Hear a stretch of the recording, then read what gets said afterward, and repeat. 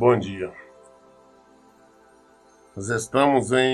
Ontem nós lemos o Evangelho de Lucas e concluímos o capítulo 9. Nós vamos iniciar agora no capítulo 10. Evangelho de Lucas, capítulo 10. Havendo passado estes acontecimentos, o Senhor nomeou outros 72 e os enviou de 2 em 2 adiante dele a todas as cidades e lugares que ele estava prestes a visitar. Jesus nomeou, além daqueles 12, mais 72 discípulos, 72 apóstolos, e os enviou de 2 em 2 em toda a região onde ele ia passar, ele ia pregar. Era simplesmente preparando o caminho dele, avisando que ele estaria vindo. Então ele enviou mais 72. E lhes recomendou: a seara é grande, mas os trabalhadores são poucos. Rogai, pois, ao Senhor da plantação que mande obreiros para fazer a colheita. A seara é grande e nós temos sempre que estar pedindo para o Senhor enviar realmente obreiros sérios, pessoas comprometidas com o Evangelho, para que possa estar pregando, evangelizando, praticando o ID de Jesus. Mas não qualquer um, mas que seja pessoas realmente comprometidas com o Evangelho. A seara é muito grande. E a bem da verdade, nós estamos precisando de obreiros, de pregadores para pregar tempos supostos evangélicos. É muito grande a seara. Vamos estar rogando a Deus para que realmente envie homens compromissados com a palavra de Deus. Ele lhes recomendou, portanto, ide. Eis que eu vos envio como cordeiros no meio dos lobos. Não leveis bolsa, nem mochila de viagem, nem sandália, e a ninguém saudeis longamente pelo caminho. Eu estou enviando vocês como cordeiro no meio do lobo. Vocês podem receber acusações, perseguições, pode passar por lutas. Cordeiros no meio do lobo. Mas não leva nada, não busca luxo, não busca conforto, não busca absolutamente nada. Vai para levar a mensagem, para levar o Evangelho. E não para pelo caminho para ficar conversando muito com as pessoas. Vai cumprir a missão. Porque às vezes nós saímos para fazer uma determinada missão, aí nós encontramos com um amigo, com uma amiga, com um colega, com parentes e ficamos conversando. E perdemos o foco. Jesus falou: olha, vai, não leve nada e a ninguém saudeis longamente pelo caminho. E assim que entrares numa casa, dizei em primeiro lugar: paz seja para esta casa. Se morar ali um filho da paz, a vossa bênção de paz repousará sobre ele. Caso não haja, ela voltará para vós. Eu aprendi esse hábito com o Senhor em toda casa, toda residência que eu visito. Eu tenho o hábito de saudar a casa com a paz do nosso Senhor Jesus Cristo. Porque é o que Ele manda. Então nós temos que saudar. Se tiver alguém ali, algum filho da paz, a paz vai, essa bênção vai pousar sobre ele. Se não tiver, ela retornará para nós. Mas nós devemos obedecer. Na casa que nós entrarmos, nós temos que saudar ela em o nome de Jesus. Permanecei naquele domicílio, comei e bebei do que vos for oferecido, pois digno é o trabalhador do seu salário. Não andeis a mudar de casa em casa. Quando chegar, gente, não tem... tem pessoas, eu tenho visto isso por aí. Ah, não, eu para mim ficar, eu exijo isso, eu exijo aquilo. Não. Hoje nós estamos dizendo pregadores, cantores. Eu digo cantores, mas não são pessoas que louvam, não, mas que cantam. Vão para algum lugar para pregar ou para cantar, exige uma série de mordomias, de regalias. Como eles querem um tratamento como de um super pop. Isso não tem nenhum fundamento bíblico e eles não estão pregando o evangelho. O evangelho não é fonte de renda, não é fonte de riqueza para ninguém. Viver do evangelho é uma coisa, onde chegar, te oferecer, você vai aceitar, vai comer, vai beber, mais nada. Quando entrar de uma cidade e ali fordes bem recebido, alimentai-vos do que for colocado diante de vós. Igual foi bem tratado, colocado comida, não importa, não vai discriminar, não, isso eu não como, isso eu não como, essa comida é ruim, é inferior. Coma. Abençoe, se alimente. Abençoe e receba a bênção que é o Senhor. Curai os doentes que houver na cidade e proclamai-lhe, o reino de Deus está à vossa disposição.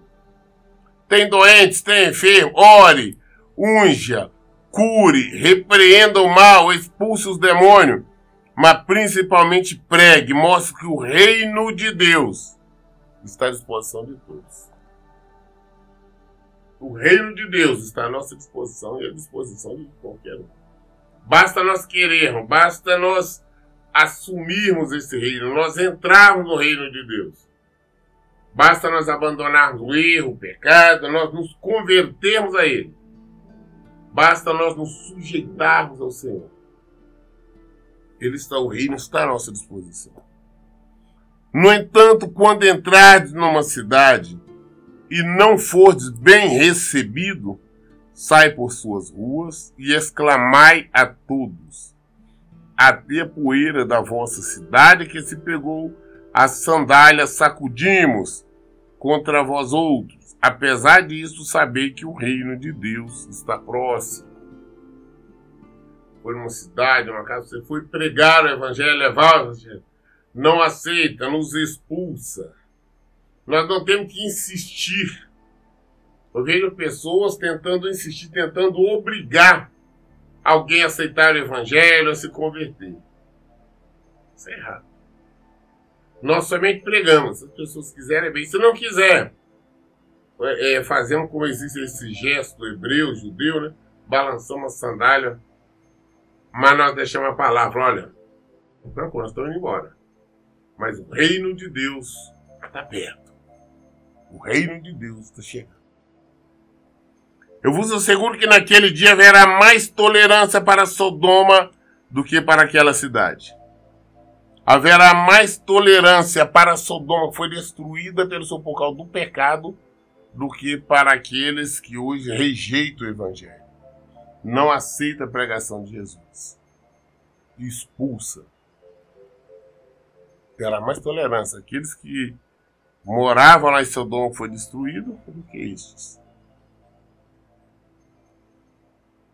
Ai de ti, Corazim. Ai de ti, Betsaida, porque se as maravilhas que foram realizadas entre vós em Tiro e Sidom, há muito tempo elas teriam se arrependido, vestindo roupa de saco e cobrindo-se de cinzas. Jesus cita algumas cidades aqui onde ele pregou o evangelho, operou curas, milagres, mas eles não aceitaram o evangelho, eles não se converteram. Ao contrário, rejeitaram e expulsaram Jesus. Jesus dá esse exemplo de Corazim, Betsaida, e fala, olha, vai ter muito mais tolerância para outras cidades, que foi como Sodoma e outro, que para essas que não aceitam o evangelho. Se o que aconteceu em Corazim ou em Betsaida, se tivesse acontecido em Tiro ou em Sidom, eles teriam se convertido muito mais tempo. Mas esses são corações duros. Então, quando nós pregamos o evangelho, levando pessoas não querem, são corações duros, nós simplesmente saímos.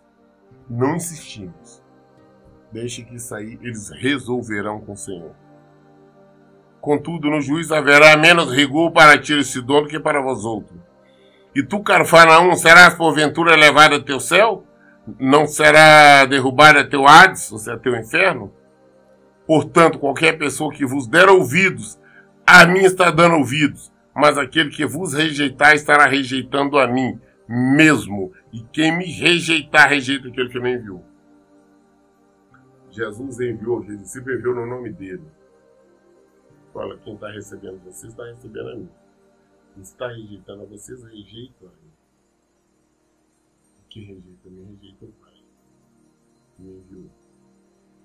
Quando nós vamos pregar o Evangelho, falar do Evangelho, nós estamos sendo representantes de Jesus, representantes do Reino, representantes do Verbo, do Evangelho. E quando as pessoas não aceitam o Evangelho, que nós pregamos sendo este Evangelho, eles estão rejeitando a Jesus. Quando se rejeita Jesus, rejeita-se a Deus. E nós sabemos que a consequência de um ato desse é morte eterna, é sofrimento, vergonha eterna. Então 72 discípulos retornaram muito felizes e relataram: Senhor, até os demônios submetem ao nosso comando em teu nome.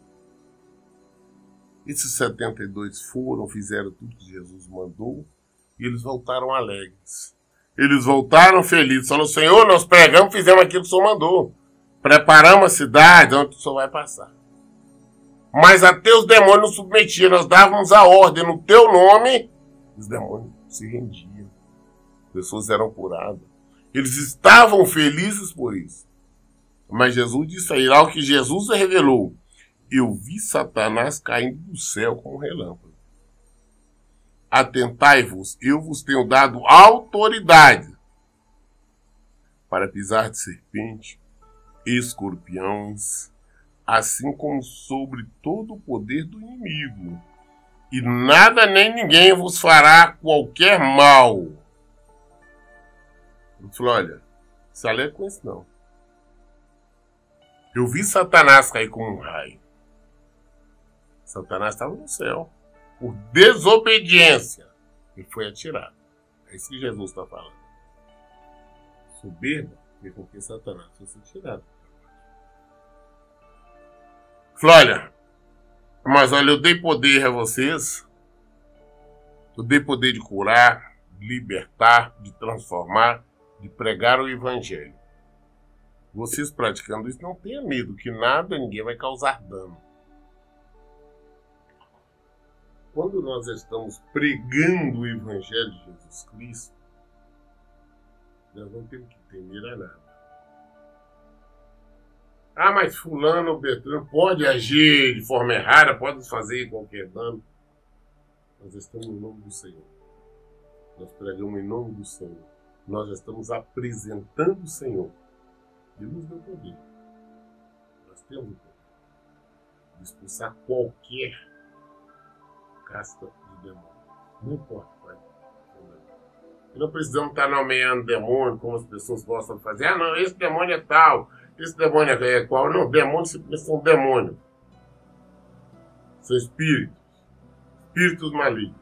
Nós amarramos e expulsamos em nome de Jesus. Pessoas com enfermidade, é o nosso dever ungir com azeite, com óleo consagrado, orar e repreender a enfermidade, repreender o mal. E a cura acontece não por nossa causa, mas por causa do nome do Senhor. Jesus já nos deu poder. Atentai-vos, eu vos tenho dado autoridade para pisar serpentes e escorpiões, assim como todo o poder do inimigo, e nada nem ninguém vos fará qualquer mal.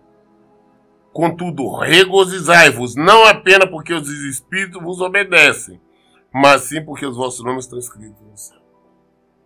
Nós não temos que nos alegrar porque nós estamos dando a ordem e os demônios estão se rendendo. Nós não temos que estar nos alegrando porque nós oramos, a pessoa é curada.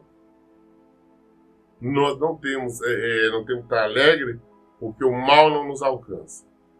mas a nossa alegria, uma alegria verdadeira, que o nosso nome está escrito no livro da vida. O nosso nome está escrito no céu. É por isso é o motivo da alegria, saber que eu tenho vida, que eu vou viver eternamente ao lado do Senhor, que eu fui salvo. Esse é o motivo da alegria. Minha maior alegria é a salvação. Toda alegria, todos nós temos que ser a salvação. Não porque nós estamos, os demônios estão nos submetendo e saindo como nós damos a ordem, ou porque a pessoa está sendo curada, mas sim porque nós somos salvos, nós estamos escritos no céu.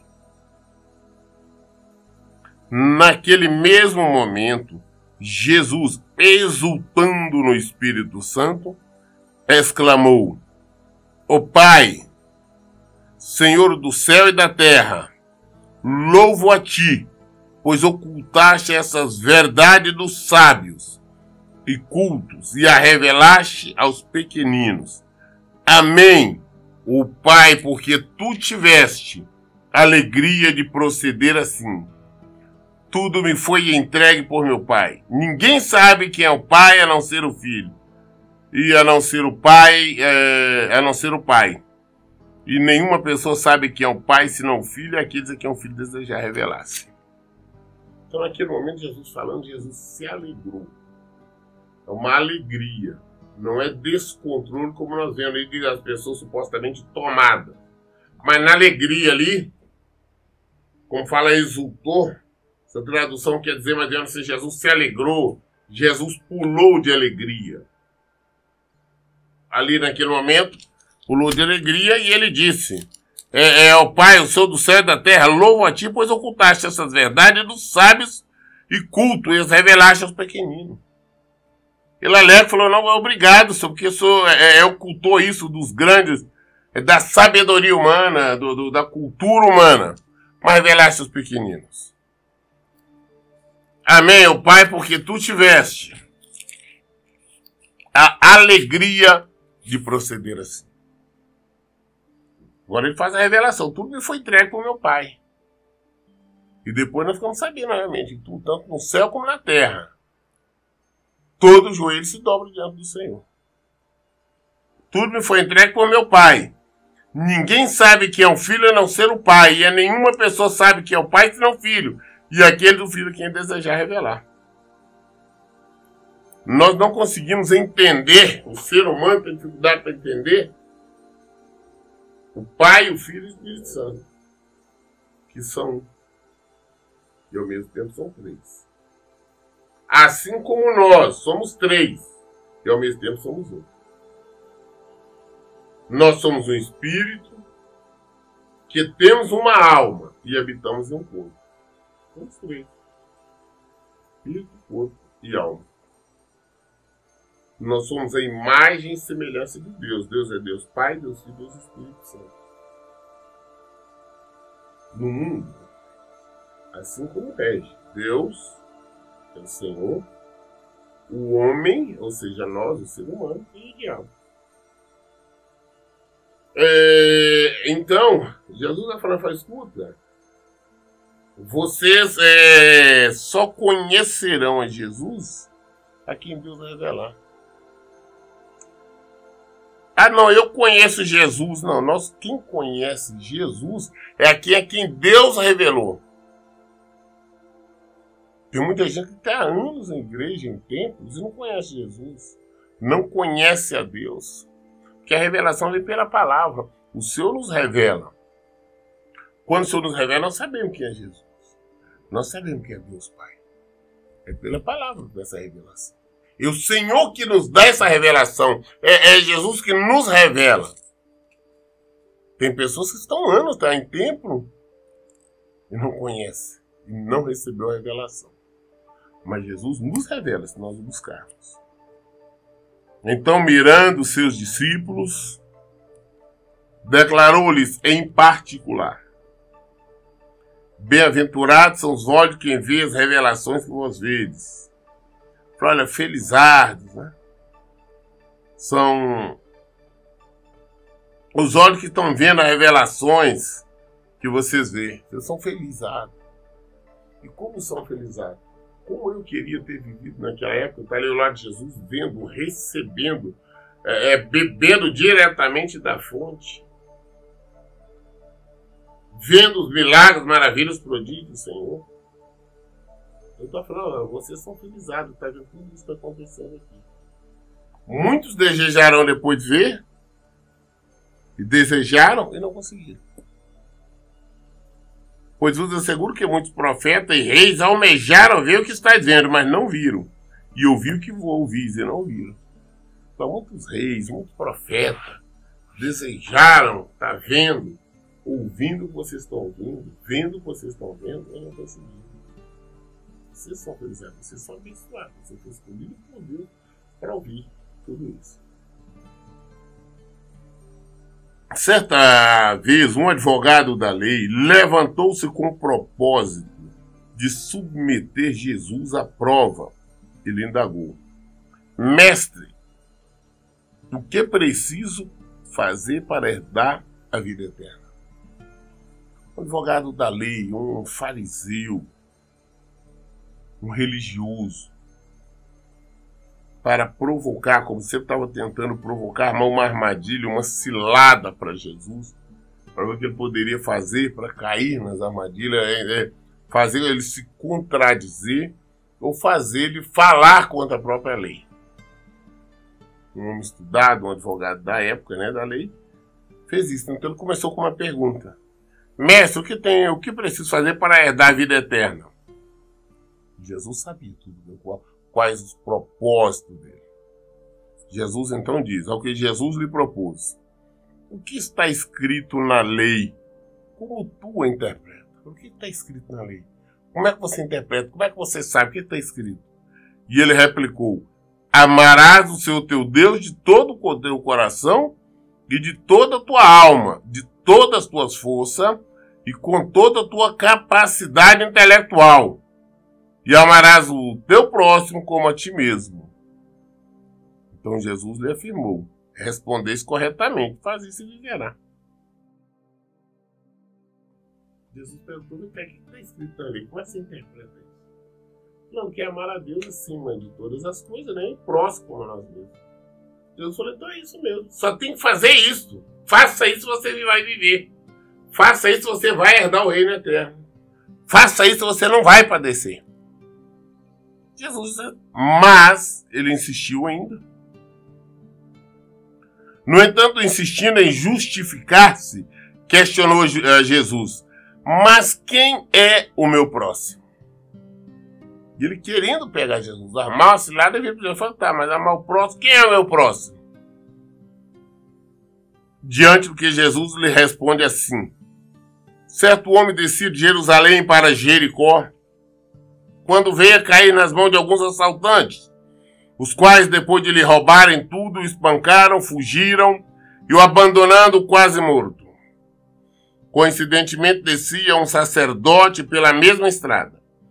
Assim que viu o homem, passou pelo outro lado. Do mesmo modo, agiu um levita. Quando chegou ao lugar, observando aquele homem, passou de lá.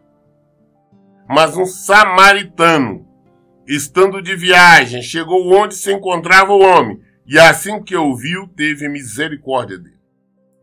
Então aproximou-se, enfaixou-lhe as feridas, derramando nelas vinho e óleo, e em seguida colocou sobre o seu próprio animal, levou para uma hospedaria e cuidou dele. No dia seguinte, deu 2 denários ao hospedeiro e lhe recomendou: cuida deste homem, se alguma despesa tiveres a mais, eu reembolsarei a ti quando voltar. Qual desses 3 te parece ter sido próximo do homem que caiu nas mãos dos assaltantes? Declarou-lhe o advogado da lei: o que teve misericórdia para com ele. Ao que Jesus lhe exortou: vai e procede tu de maneira semelhante. Então Jesus conta essa história, a parábola, que é uma maneira ilustrada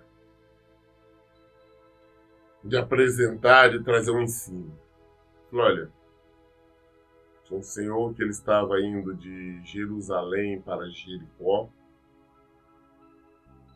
Jericó, todos nós conhecemos, que era uma cidade que foi murada, que foi uma das primeiras que Josué entrou lá em Canaã. Foi quando, pela palavra do Senhor, deram 7 voltas nela e depois ela caiu. Ela veio ao chão. Falou, olha, descia uma pessoa de Jerusalém para Jericó. Mas aí tinha assaltante no meio do caminho, pegou, roubou essa pessoa, espancou, deixou ele machucado, jogando na beira do caminho, no meio do caminho ali. Depois disso estava descendo um sacerdote religioso da lei, né? Ou seja, amigo, companheiro deste advogado. E ao ver aquele homem caído, ferido lá, ele deu a volta por longe, nem passou perto, não quis nem olhar. Depois desceu um levita. O levita era aquela tribo separada para o Senhor, que tinha a função de administrar a casa de Deus. Porque por Deus só poderiam ser sacerdote, cantor, tomar conta, até fazer limpeza. No templo do Senhor tinha que ser da tribo de Levi. Então estava descendo também, assim que esse levita, né, viu, também deu a volta ao longe, se afastou. Hoje eu vejo muitas pessoas falar, não, eu sou levita, só porque canta numa igreja e fala que é levita. Eu não tenho absolutamente nada a ver uma coisa com a outra. Também não. Mas estava vindo um samaritano. E o povo de Israel não se dava com os samaritanos. Os que moravam em Samaria eram considerados inimigos do povo de Judá. E esse desentendimento, essa guerra, veio desde a época do neto de Davi, desde a época de Roboão. Roboão e Jeroboão. Jeroboão, na época, foi administrando Israel. E Roboão, Jerusalém. A capital de Israel ficou sendo Samaria, enquanto que a capital de Judá ficou sendo Jerusalém. Então eles conhecendo, eles tinham essa rixa séria. Inclusive na época eles criaram, né, Jeroboão tinha mandado fazer bezerros de ouro em Samaria, para que o povo não subisse a Jerusalém para adorar a Deus no templo legítimo, mas que adorasse lá qualquer coisa falando que era o Senhor. Então tinha desentendimento, eles não se davam mais, eram considerados inimigos. Houve várias guerras, vários ataques um ao outro. Mas estava descendo também um samaritano, ou seja, o inimigo dos religiosos, o inimigo do povo de Deus, estava descendo também para Jericó. Aí encontrou aquele homem caído. Ele esqueceu as inimizades, não preocupou nada disso, ele preocupou em atender o homem. Naquela época os remédios não tinham, ele lavou então com vinho, passou azeite, enfaixou, fez tudo e levou. Colocou no seu animal, no seu cavalo, levou até a cidade, até a hospedaria. Em uma hospedaria colocou ele sobre os seus cuidados e deu 2 dias, 2 denários, né? Você deixando pago antecipado ao dono da hospedaria, lá o hospedeiro, e disse, olha, se tiver mais consumo com ele, não tem problema. Se tiver que gastar, pode gastar que eu volto, na volta eu pago tudo por você. Jesus perguntou quem é que foi o próximo. O próprio advogado da lei disse, o próximo foi esse samaritano que socorreu. Então Jesus fala com este advogado da lei. Então vai e faça da mesma maneira, faça de maneira semelhante. É o nosso dever. Independente se pessoas são nossos inimigos, nos considera como inimigas ou não. Se estiver precisando de ajuda, nós temos a obrigação de atender, nós temos a obrigação de socorrer. Ah, mas fulano não gosta de mim, ele tem raiva de mim, ele fala mal de mim, não importa. Eu vou ajudá-lo, porque ele é meu próximo. Não sou somente eu que sou criatura. Não é somente eu que sou feitura de Deus. Todos nós somos. Ele também é a imagem e semelhança de Deus. João fala sobre isso. como nós podemos amar a Deus, a quem não vemos, e odiar um filho dele, um servo dele, uma criatura dele, a quem vemos. Vai e faz o próximo. Então, esse que nós temos que praticar misericórdia com todos, se nós quisermos entrar no reino de Deus. Isto é amar o próximo como a nós mesmos. Porque nós gostaríamos que fizesse isso, que alguém nos fizesse, se nós estivéssemos precisando. Hoje nós lemos o Evangelho de Lucas, capítulo 10, fomos até o versículo 37. Nós vamos prosseguir amanhã, querendo Deus, a partir do versículo 38. Mas entenda uma coisa, como eu sempre falo, e vou ser sempre repetitivo. As respostas estão no Evangelho. A resposta é Jesus. Não é revelação. A pessoa, não, Jesus me disse, ele fala pela palavra. Porque ele é o verbo. Ele fala por aqui. Então, por isso, em todo tempo, pratique a Bíblia. Leia, pratique a Bíblia. Que Deus abençoe. Tenha um bom dia.